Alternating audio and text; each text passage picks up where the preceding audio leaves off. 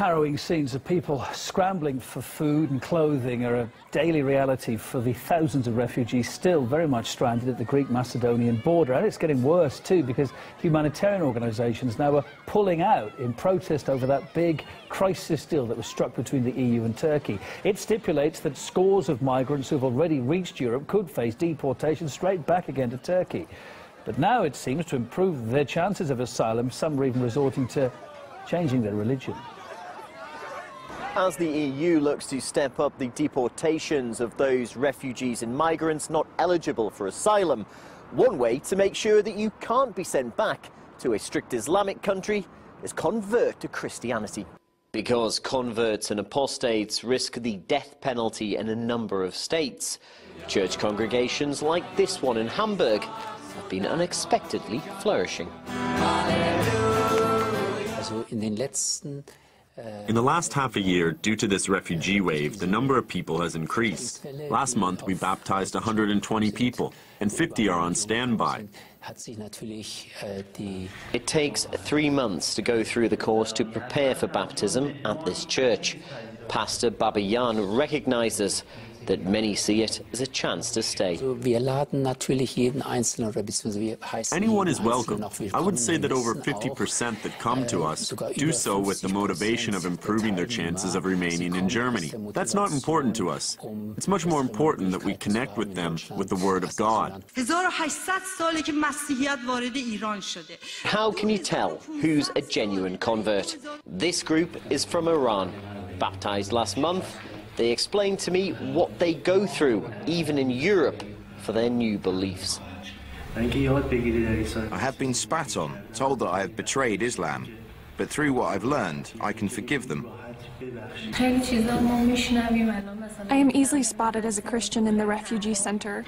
I see myself as a missionary, telling people about Jesus. Since I became a Christian, I fear no one. We have been disowned not only by our friends, but also our families. This is our path. Switching faiths is no way to guarantee asylum, but this congregation expects more will try. It's already looking for larger premises, with weekly attendance set to top 1,000 by the end of the year. Peter Oliver, RT Hamburg.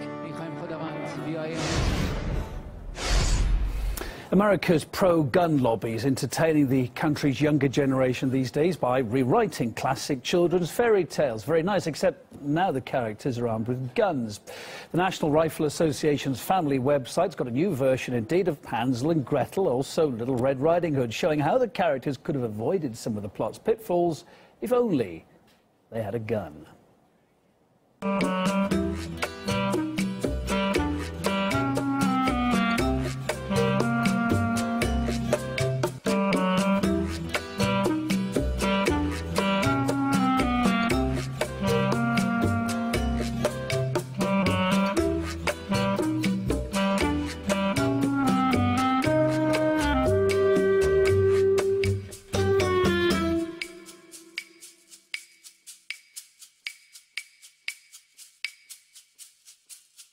What it does is it just encourages the use of guns, any sort of social problem. It's a really bizarre mindset, but you know, for the NRA, they're not concerned about the social impact. When you kind of change people's attitudes, make them think that guns are a good thing, that guns can solve any social problem, that guns should be welcome in the home, it's certainly not going to help, and it will influence people. What it does tell us is, you know, this is the NRA, this is the right-wing view of the world. It's also, I think, essentially a form of child abuse.